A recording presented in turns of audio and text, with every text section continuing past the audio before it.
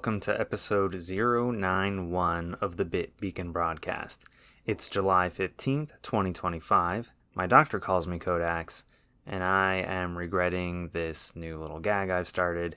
Anyways, I'll be your host through this week's episode. So, what have I been buying? What have I been playing?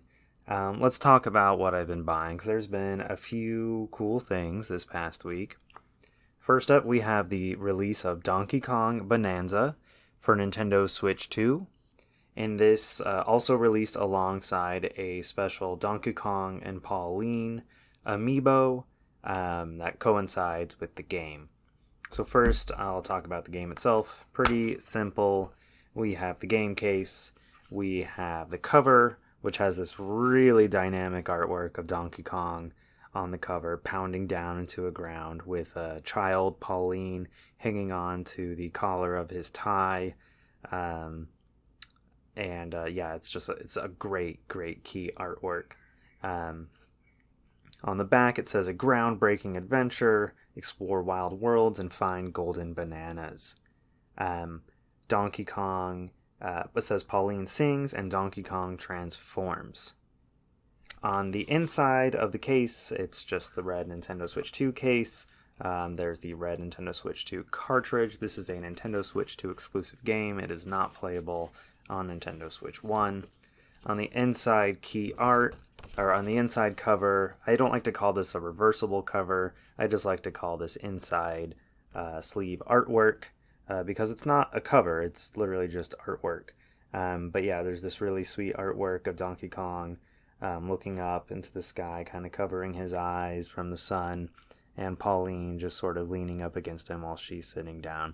It's very cute and endearing artwork for sure. The amiibo itself features Donkey Kong and Pauline. Donkey Kong has got a big smile, big grin on his face, all his teeth showing, tie swinging in the air, and he's punching with his right fist into the air, but in front of him, not up in the air. And Pauline is hanging on to his back with her feet flailing into the air. So, showing that this is kind of a, dynamic sort of pose going on here with a lot of movement. It's a super detailed figurine. This one was really expensive in the US due to tariffs. These were manufactured in China. So basically all amiibo prices went up by 1/3 of their original, or 50% of their original cost. This is $20 in other territories. It's $30 US in the United States. So kind of a steep price to pay for an amiibo, not gonna lie. I did have some coupons at Target, so I did get this for about 20% off. So, it did knock $6 off the cost, which was decent. I can stomach $24, but 30 is pretty steep. I probably would have waited for a sale on that one. This is a really great amiibo. My understanding is it unlocks a special outfit for Pauline, reminiscent of the one that she was wearing. Sorry if you heard that ding, that's my dinner. It's reminiscent of the one that she wore in Super Mario Odyssey. Of course, she's an adult there, and she's, a tyke, she looks like like a 5 or 6 year old maybe, in this game. So there's kind of a lot of questions. Why is Pauline young? Doesn't really make any sense according to the the Mario lore that we know that's been established. Of course, this is just a video game and this is Nintendo, and they've been known to just kind of throw things out the window. But we'll see if there's an in-game explanation for why Pauline is the size that she is and the age that she is. Okay, next we've got, and I haven't started playing quite yet. I will get back to that once I come home from San Diego Comic-Con. Another game I picked up is Avatar: Frontiers of Pandora for PlayStation 5. On the back it says, "Fight for Pandora. Discover what it means to be Na'vi as you protect Pandora from forces of the RDA." Not totally sure where this game is set, if it's canon. I know it was made in collaboration with James Cameron, so I'm curious to see how this plays out. I picked this up because, it was less than $20, one thing, and this was like a $70 game originally, I believe. But they just announced today, as sort of a movie tie-in with the third Avatar movie, which releases this December, This game will be receiving an update that allows you to play the game in third person and also features a new game plus mode, which I probably won't take advantage, but I will take advantage of the third person mode. This game was first person only, and outside of Cyberpunk, and Metroid Prime, I'm not the biggest first person gamer in the world, so it kind of put me off playing this one. But now there's a third person mode coming, and now that makes me pretty curious. And so I figured I would jump on this before the games got more expensive or something like that in relation to the third person update. I imagine they might do maybe more of a complete edition down the line, because I believe this game did receive a Season Pass DLC with, I think, 3 different mini expansions to the story or their own separate stories. I'm not totally versed on that. But yeah, maybe there'll be a complete edition releasing later this year to sort of tie in with the game. Start promotion over again. But yeah, this was $20 and I couldn't say no. Walmart has it for $19.97 or something like that. If you're interested, can't really go wrong at that price. Okay, this next item is less of a traditional purchase and more of a periodical subscription. I've got the brand new issue of the now second time relaunched, well, first time true relaunched, Game Informer magazine. So here we are. I'm taking the cellophane off. That's right. They finally ship these in cellophane now. It's pretty awesome. The cover story here is Borderlands 4. And inside the issue, there's a whole bunch of content.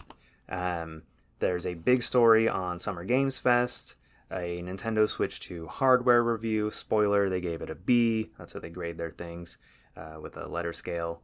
And there's a story with Creative Assembly, the makers of the cult game Alien Isolation, 10 years after its launch. And in there they talk about the AI menacing, and when I say AI, I'm not talking about modern day AI, I'm talking about video game AI from 10 years ago. But they made a very menacing xenomorph that hunts you and follows you, and has just made that game continue to be relevant, a decade later. There's also a preview of Shinobi Art of Vengeance from indie studio Lizard Cube, and of course the original creators of Shinobi, Sega, who is publishing the game.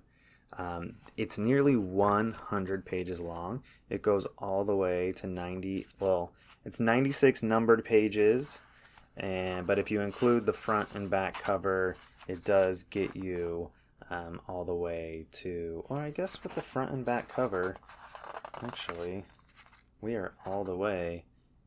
Oh yeah, we're at 100 pages. So yeah, it's 50 pages if you include the cover. Well, 50 times 2, 50 on each side of the cover, I guess. Anyways, I'm really butchering that. It's 100 pages long.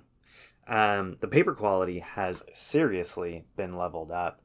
The cover is super glossy, super premium, super thick, a lot hardier than the paper that this used to ship with. The inside paper too feels a lot nicer. It's definitely of a thicker paper stock. The printing is really nice. This is a leveled up version of the magazine. And you know what's crazy? There are no, well, okay, maybe no, there is one ad for St. Jude.org, St. Jude Children's Research Hospital. I believe 5% of the money generated from this magazine goes to St. Jude. So it makes sense that they would have, I guess, an ad for them. But outside of that, there are absolutely 0 ads. Now, of course, you might consider the coverage of Borderlands 4 an ad in a way. But I don't in the traditional sense. Oh, wait, hold on. Okay, we have one more ad on the back inside of the cover, off the grid. So this, I believe, might be made... Off the Grid is made by the people who purchased Game Informer. And Off the Grid, I believe, has NFTs. So kind of, I don't know, kind of a weird thing here to have them own the magazine. But you know what? Heck, they're putting out a physical magazine in 2025. They resurrected Game Informer. If they want an ad, I guess they get an ad. So, okay, 2 ads in the whole thing. St. Jude and the parent companies off the grid. Yeah, I guess that's not too bad. But yeah, the magazine is gorgeous. I'm looking forward to reading these reviews. It's awesome to have Game Informer back after being gone for, I guess, nearly a year. I think their last issue was October, so yeah, about 9 months ago. That's a little nuts that we've been without them. But good to see we are back with issue number 369. And yes, I'm absolutely in love with the fact that it now ships in a poly bag. That's worth the increase in price, definitely. Because I mean, the magazine still did get banged up a little bit, but it's so much better than what it was like when it was just shipping loose in the mail. You'd get torn pages, that kind of stuff. Not happening anymore. Welcome back, Game Informer. So, San Diego Comic-Con starts this Wednesday evening. I will be there from Wednesday afternoon until Sunday afternoon, so I'll be there for the whole thing. I'll talk more about that with you guys next week. Hopefully I have time to put together an episode. I'm going to be so busy at San Diego Comic-Con. I might be delayed next week, or I might push it to the week after, so my apologies if that is what ends up happening. Today, though, as a little update to the Pokemon World Championships, Pokemon Center reservations went up this morning, and I was able to secure a time slot for Saturday morning at 9 a.m., first thing when they open. I have some friends who got a multi-party Friday reservation at 9 a.m., and another friend who got a reservation for 9 a.m. on Sunday morning. So hopefully we are fully covered, and we'll be able to get all the exclusive merch we're after.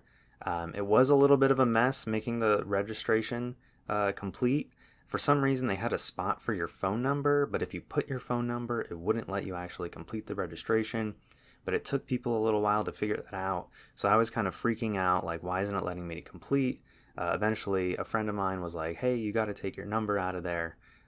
So I did, and I was able to get in for Saturday morning at 9 a.m. So I'll probably have to get there super early to make sure I'm one of the first people in the room. Hopefully they have full restock of all merchandise every morning. There are some big ticket items that they appear to be doing via lottery this year. So you have to win the lottery to get the purchase opportunity, which should be good for kind of scaring away scalpers and making sure that all attendees have a fair shot at getting one of these things, and not just the people who have a reservation on Thursday, or the personalities and the influencers who get early access to Pokemon Center. It won't just be them going home with one of these. All right, on to the news. It's been a while since we had a significant Zelda movie update, but last week we finally got a huge one. Nintendo announced via their Nintendo Today app that 21-year-old UK native Bo Bragason will be playing the titular character of Princess Zelda, and 16-year-old UK native Benjamin Ainsworth will be playing Link. If you're like me, you probably have no idea who these people are, and that was probably intentional by Nintendo. These two are relative unknowns, having made mostly small appearances in other projects. Benjamin, however, did perform the voice of Pinocchio in the Disney Plus live-action remake of Pinocchio in 2022. That's all the info they gave us about the movie. It's just, here's who's Zelda, here's who's Link. Have fun. We did get 2 photos of them as well. I don't know if they were like test shots. They weren't in costume. They didn't have the ears or anything like that, but they were kind of moody sort of, I think photos that probably played an important role in the casting decision. First up, though, Bo is 5 years older than Benjamin. We're going to kind of break this down a little bit. And that may seem like quite the age gap, but Bo appears actually quite young when you compare the 2 actors in the stills provided by Nintendo. They look like they could be the same age. Also, contrary to popular belief, there has never been explicit romance portrayed between Link and Zelda. They have been strangers, childhood friends, but it's never been explicitly spelled out that they were ever any kind of an item. So I wouldn't expect the movie to all of a sudden veer into that territory. If they do, it's just going to be a light, like hee kind of thing, I don't think it's going to be like Link and Zelda are going to kiss at some point.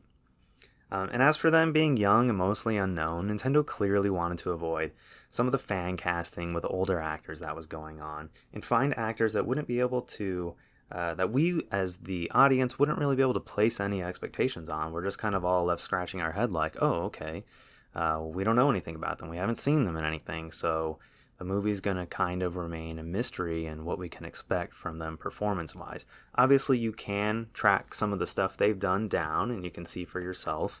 But, these are just actors that most people are not familiar with, which is, I think, a good thing.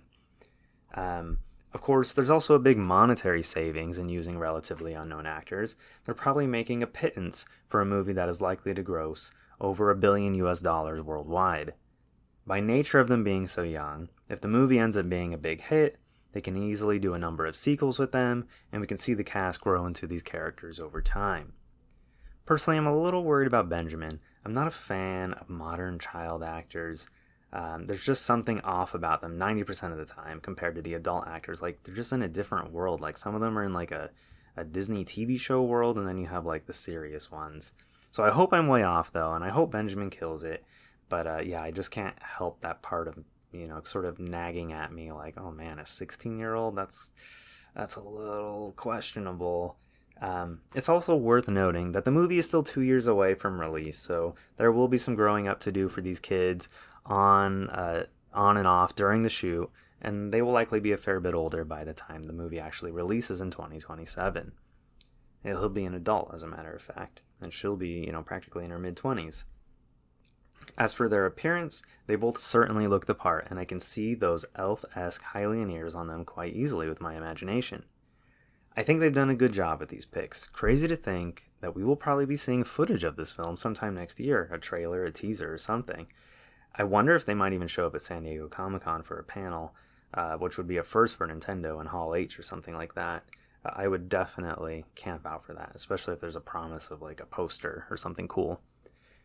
My guess is the cast will next be rounded out by perpetual Zelda big bad Ganondorf. I'm still praying that Idris Elba nabs that one. If they were going to cast one big name, I think it would make sense for it to be the villain. Usually they're not featured in the movie super heavily, so the amount of like actual work that this actor does is going to be on the lower end, so they save a little money there. But they may also want a younger cast member for this one too, just like I said, so they can all kind of grow up together. Ganondorf always hasn't been portrayed as an old man. Sometimes he's had more of a younger look to him. I think they could go that direction too. The Zelda series does have other villains, such as Vaidi, but I think they will go with the original three, iconic characters for the first film, with the sequel then going in another direction, and then finally the third movie bringing it back to Ganondorf. Obviously, this is me just wildly speculating here, but if they were going to do Ganondorf in the first movie, I think they skip him for the second and bring him back for the third. Of course, for all we know, much like the games feature a different incarnation of Zelda and Link much of the time, they may do something like that with the cast for each movie, and just completely recast all the characters each time, which might be a fun way to go about it. My one hope is that they don't try to directly reinterpret any of the video games and make these their own entries into the Zelda timeline, much like how the Fallout TV show has inserted itself into the canon of Fallout without stepping on the toes of any of the games in that series. This week, we have not one, but two stories on video game movie adaptations. We're going to switch gears over to Legendary Pictures and Capcom's Street Fighter movie. Not to be confused with the 1994 movie of the same name, there's a brand new movie releasing 2026, supposedly. And while casting is still ongoing, we have been getting quite a few announcements for the majority of characters in the film, and let's go over that. So we got Andrew Koji as Ryu, Noah Centineo as Ken Masters, Cody Rhodes as Guile, Jason Momoa as Blanca, Roman Reigns as Akuma, Kalina Liang as Chun-Li, 50 Cent as Balrog, Orville Peck as Vega, Andrew Schultz as Dan, David Dastmalchian, I'm probably mispronouncing that, love this guy, but I cannot say his last name to save myself, as M. Bison, Master Bison, Hiroki Goto as E. Honda, Edward Honda, I believe, and Vidyut Jamal as Dalism. So that's a whole lot of names, and a whole lot of names I'm not particularly familiar with. I believe Cody Rhodes as Guile and Roman Reigns as Akuma. I believe they're both professional wrestlers, and Cody, I mean, is a perfect visual choice for Guile. Like, wow, he looks exactly like Guile. It's wild. 50 Cent as Balrog is also a pretty inspired choice. I know 50 Cent's done some movies. I don't think I've ever seen them, but I think that's a fun casting right there. David D as M. Bison is also a really fun choice. I've seen David in several movies over the last few years, and I really enjoy his performances. So he will be one to watch out for me as the primary antagonist. I think he's really going to chew it up and ham it up in that role, or at least I hope so.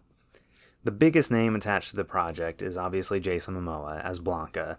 I do wonder if they'll cover him in green makeup, or if his character will just be more of a motion capture CGI kind of Hulk-esque sort of thing. The Thai Queen herself, Chun-Li, is being portrayed by a relative unknown, Kalina Liang. She seems a bit petite for the role of Chun-Li, but I'm sure they have her hitting the gym all ready to bulk up. Don't have much else to say about the rest of the cast, but I think this could be a good time if they take themselves super seriously and sort of intentionally make the film corny, but in a good way. Like, I want all the characters to really just embrace, like, the cheesy, fun, over-the-top zaniness that is Street Fighter, and, like, in a serious and real way, and that it'll just translate to just, like, fun and laughs in the theater. But not because they're trying to be funny, but just because it's just absurd what's going on.